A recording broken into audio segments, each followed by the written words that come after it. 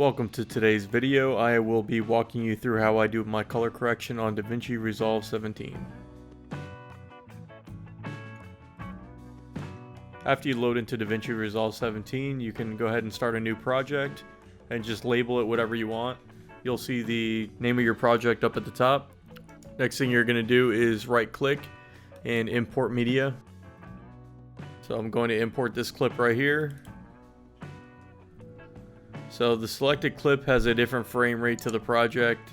Just change it. It'll now select whatever frame rate you have on your video itself. So next thing we're going to do is just go ahead and drag our video onto the timeline right there. So you can tell it's pretty loud. I don't want to keep going back and forth, so I'll just mute the clip. If you want to do that as well, you just right click on that and go to mute. So now you have a silent clip. So as you see here, everything is kind of bluish green. I use a flat color profile on my GoPro Hero 9. I use boost on Hypersmooth, but I still find that it still jumbles around the camera a little bit. So we're going to be doing stabilization on Davinci Resolve 17. You're going to click on the inspector tab if you're not there already. We're going to scroll down a little bit to stabilization. Under mode, it's going to say perspective. We're going to go ahead and click on similarity and then stabilize.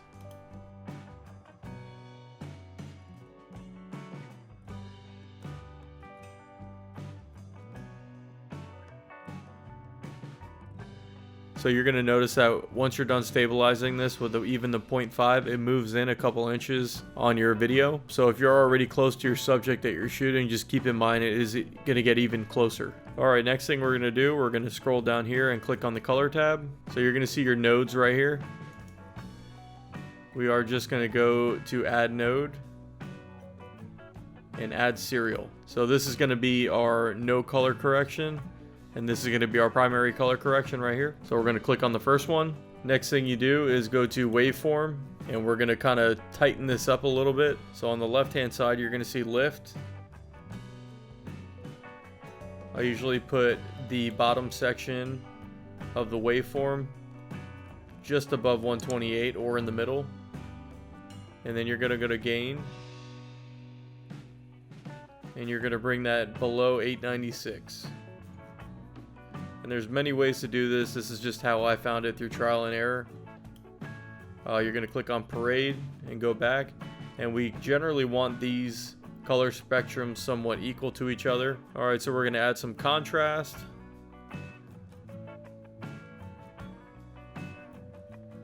Every clip is different. There's no one formula for each clip. You're going to have to play around with a lot of the colors and the contrast. I also go a little bit step further and add some shadows and color boost and mid detail. First thing we're going to do is we're going to go to offset and we're going to add some red back into our video.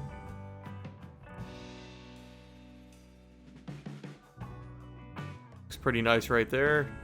So about 4940. You can also decrease some green. 23 looks good there. And like I said, there is no master formula for this. You're gonna have to play around with each individual clip. Sometimes could take a while. So next thing I like to do on the clip, move around a little bit so you can at least see what it looks like.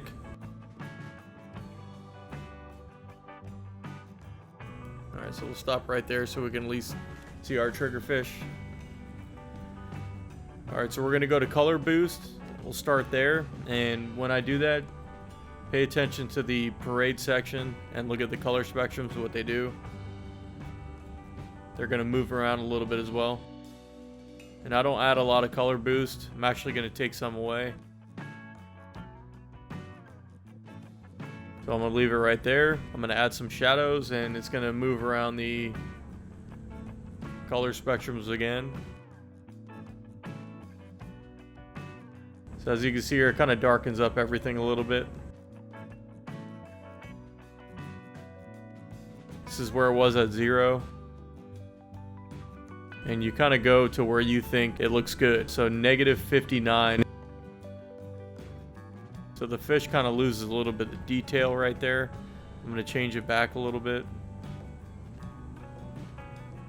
And with this other node right here, if you're on a Windows computer, you can hit Alt and D And if you're on a Mac computer, you hit Option and D. It actually cycles through the original no color correction clip so you can see what you've done so far. So I'm going to hit Option and D. You can see my parade. They go offset again. It loses all color value that we've added.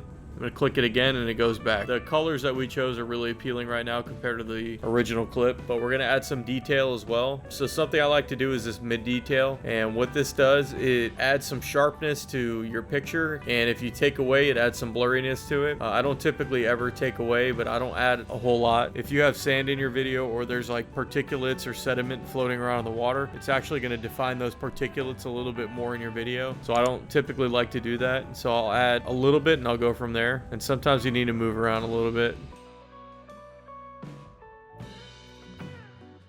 Alright, I'm going to stop at 20. I think it adds a little bit extra to the markings on the fish. You can even add a little more shadow to this.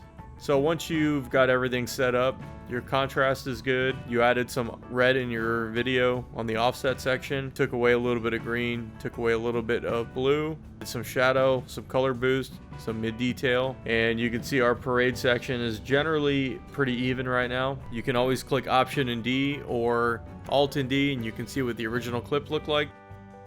So once you're done with that, go ahead and click this little section right here. It says Deliver. I always leave it on Custom. Codec is H.264.